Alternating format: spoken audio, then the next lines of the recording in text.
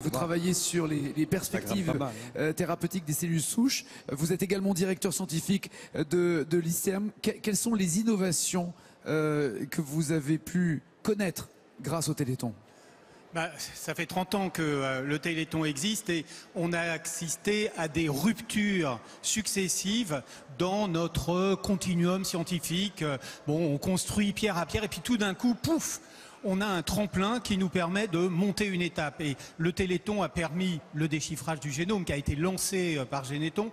Il a lancé la découverte des gènes responsables des maladies.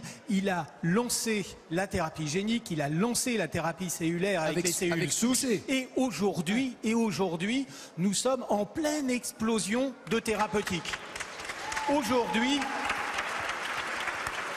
Aujourd'hui, chacun d'entre nous ici mène des essais cliniques. Certains essais se sont déjà terminés avec succès et ont débouché sur des traitements. Donc nous sommes dans une phase qui est de nouveau une phase de rupture, mais cette fois-ci de la médecine. Et quand on dit que ce compteur est extrêmement important justement pour les essais, pour la recherche, parce que chaque euro sera utilisé, clairement et honnêtement utilisé. L'histoire de chacun d'entre nous, l'histoire de ce que nous avons pu accomplir avec nos équipes, de ce que nos laboratoires sont en train de construire aujourd'hui, cette histoire n'aurait pas été possible sans la solidarité des millions de Français qui se rassemblent autour du Téléthon.